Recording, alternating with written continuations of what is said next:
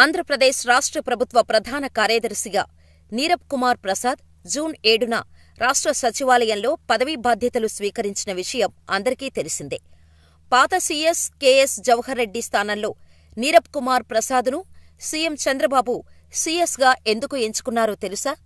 చంద్రబాబు నీరబ్ కుమార్ ప్రసాద్నే ఎందుకు ఎంచుకున్నారు? ఆయనలో ఉన్న ప్రత్యేకత ఏంటి? తెలుసుకుందాం. చంద్రబాబు కేంద్రం నుంచి స్పెషల్ రిక్వెస్టు మీద తెచ్చుకున్న నీరబ్ను జగన్ ఎందుకు పక్కన పెట్టేశారు అనే సందేహం రాష్ట్ర ప్రజల అందరిలో ఉంది. అయితే చాలామందికి ఆంధ్రప్రదేశ్ చీఫ్ సెక్రటరీ పదవి గురించి తెలియదు. ముందుగా దాని గురించి తెలుసుకుందాం. సీఎస్ పదవి ఎంత గొప్పదంటే చంద్రబాబు తర్వాత ప్రభుత్వ విషయాలపై నిర్ణయాలను తీసుకునే అర్హత ఈ పదవి చేపట్టిన వారికే ఉంటుంది. రాజు చంద్రబాబైతే సైన్యాధ్యక్షుడు చీఫ్ సెక్రటరీ. మంత్రులకు, ఎమ్మెల్యేలకు, క్యాబినెట్కి అధిపతి ముఖ్యమంత్రి అయితే రాష్ట్రంలోని ప్రభుత్వపరంగా జరిగే పనులకు అంటే ఉద్యోగస్తులు ఏం చేయాలి, రాష్ట్రంలో ఏ పని జరగాలి అన్నా కూడా ఈయన ఉత్తర్వులు జారీ చేయాల్సిందే. ఈయనకు తెలియకుండా ప్రభుత్వంలోని ఏ పని కూడా జరగదు. గత ప్రభుత్వంలో సీఎస్గా పనిచేసిన జవహర్ రెడ్డి కంటే నీరబ్ కుమార్ చాలా సీనియర్. కానీ జగన్ నీరబ్ గారిని పట్టించుకోలేదు. కారణాలు తెలీదు కానీ నీరబ్ కుమార్కు నీతి నిజాయితీగా ఉన్న అధికారిగా పేరు ఉంది. అయినప్పటికీ మాజీ సీఎం జగన్ ఈయనకు ప్రాముఖ్యత ఇవ్వలేదు. అంతేకాదు ఏమాత్రం విలువలేని రాష్ట్ర పర్యావరణ, అటవీశాస్త్ర సాంకేతిక శాఖ ప్రత్యేక ప్రధాన కార్యదర్శిగా నియమించారు.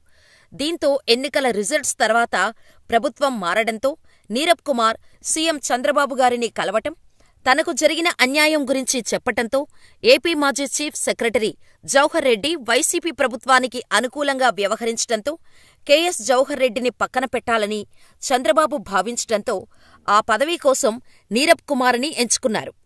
కేంద్ర రాష్ట్ర ప్రభుత్వ రిక్వెస్టు మేరకు జూన్ 30తో పదవీ విరమణ చేయవలసిన నీరబ్ పదవిని మరో 6 నెలలు పెంచారు. Nirab Kumar Prasad BTech mechanical engineering చేశారు. ఈయన 1987 ఐఏఎస్ బ్యాచ్ అధికారి. ఈయన ప్రస్తుతం రాష్ట్ర పర్యావరణ, అటవీ శాస్త్ర సాంకేతిక శాఖ ప్రత్యేక ప్రధాన కార్యదర్శిగా పనిచేస్తున్నారు. అయితే నీరబ్ జూన్ 30న పదవీ విరమణ చేయనున్నారు.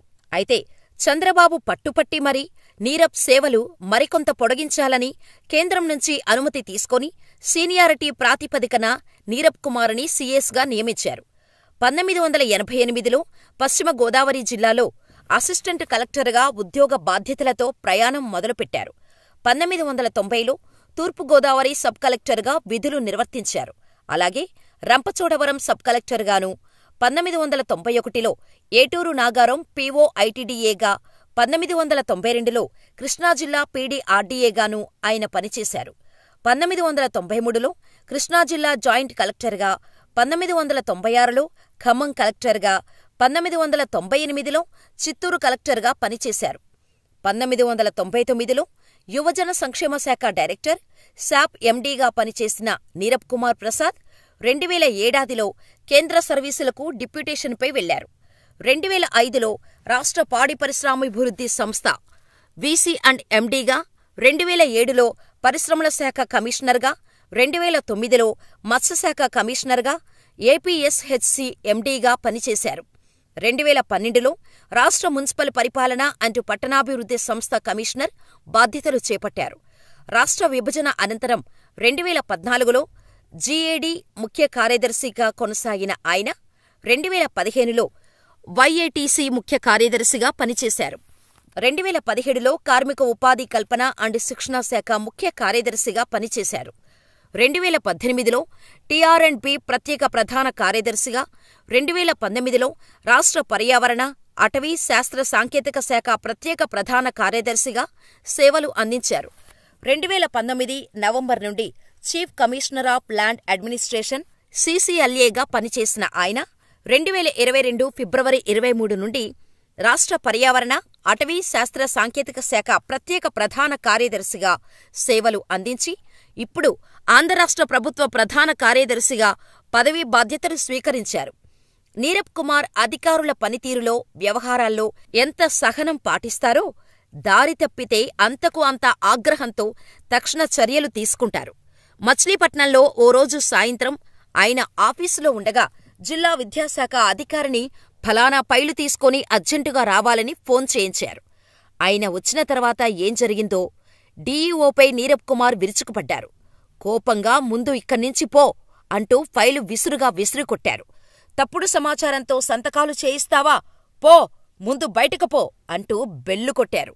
ఆ క్షణంలో ఆయన కోపానికి ప్రత్యక్ష సాక్షులు, స్టాఫ్ మొత్తం వణికిపోయారు. ఆయనలో అంత కోపాన్ని చూడటం ఇదే తొలిసారి అని సిబ్బంది ఒకరికొకరు చెప్పుకున్నారు.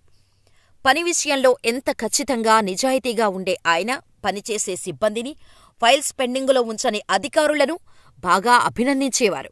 ఇంకో ఘటన కూడా మనం నీరబ్ గురించి చెప్పుకోవాలి. కృష్ణా జిల్లా నుంచి నీరబ్ కుమార్ ప్రసాద్ని జిల్లా కలెక్టర్గా ఖమ్మం జిల్లాకు బదిలీ చేశారు. ఆయన ఖమ్మంలో పనిచేస్తుండగా ఓ జిల్లా డీఈఓపై వేటు వేశారు. ఖమ్మం జిల్లాలోని లైబ్రరీలకు పుస్తకాల సరఫరా కోసం ఓ పబ్లిషర్ కేటలాగ్ను జిల్లా డీఈఓకు పంపించారు. కానీ సదరు అధికారి కమిషన్ల మత్తులో పనికిరాని పుస్తకాల జాబితాను తయారుచేసి జిల్లా కలెక్టర్ నీరబ్ కుమార్ ప్రసాద్కు అందజేశారు. తన పుస్తకాలకు అవకాశం ఇవ్వలేదని పబ్లిషర్ జిల్లా కలెక్టర్కు మొరపెట్టుకున్నారు. వెంటనే స్పందించిన కలెక్టర్ ఈ పుస్తకాలు బాగుంటే కొనుగోలు చెయ్యండని డీఈఓని ఫోన్లో ఆదేశించారు. డీఈఓని కలవాలని పబ్లిషర్ని పంపించారు. కాని కమిషన్లు ఇవ్వకుండా కలెక్టర్కు ఫిర్యాదు చేశారని కోపంతో ఊగిపోయారు. ఆ పుస్తకాలు కొనేది లేదని భీష్మించారు. మళ్లీ ఈ బంతి కలెక్టర్ కోర్టుకు చేరింది. వెంటనే స్పందించిన జిల్లా కలెక్టర్ స్వయంగా డీఈఓకు ఫోన్ చేసి వెంటనే గ్రంథాలయ ఫైల్ను తీసుకురావాలని ఆదేశించారు. ఆ తర్వాత డీఈఓ ఫైల్ తీసుకురావటం, నీరబ్ కుమార్ ప్రసాద్ స్వయంగా అన్నీ చూసి డీఈఓ చేసిన మోసం తెలుసుకొని పబ్లిషర్కు జరిగిన అన్యాయానికి న్యాయం చేశారు. అయితే మరోవైపు జగన్కు నమ్మకస్తులు అనే పేరున్న వారందరినీ టీడీపీ టార్గెట్ చేస్తూ పోతోందని విమర్శలు ఉన్నాయి. సీనియర్లు, ప్రతిభావంతులైనా కూడా ఎవ్వర్నీ వదిలిపెట్టడం లేదనే వాదన ఉంది. వైసీపీ అధికారంలోకి వచ్చిన తర్వాత కూడా మార్పులు జరిగాయి కానీ టీడీపీ అంతకు మించి అన్నట్టుగా ఉందని కొందరు అంటున్నారు. జగన్ టీం అనే ముద్ర ఉన్న వారందరినీ టీడీపీ పక్కన పెడుతోందని, సీఎస్తో మొదలై ప్రస్తుతం 3 ఐఏఎస్ల దగ్గర ఈ బదిలీ వ్యవహారం ఆగిందని, ముందు ముందు ఇంకెన్ని రాజకీయ బదిలీలు ఉంటాయో వేచి చూడాలంటున్నారు. డీజీపీ విషయంలో ఎన్నికల ముందే పంతం నెగ్గించుకున్న చంద్రబాబు ఇప్పుడు సీఎస్ని సాగనంపారు. కొత్త సీఎస్తో మరో 3 ఐఏఎస్లపై వేటు వేయించారు. రాబోయే రోజుల్లో జిల్లాల కలెక్టర్లు, ఎస్పీల విషయంలో కూడా ఈ దారి కొనసాగుతుందనే విమర్శలు ఉన్నాయి.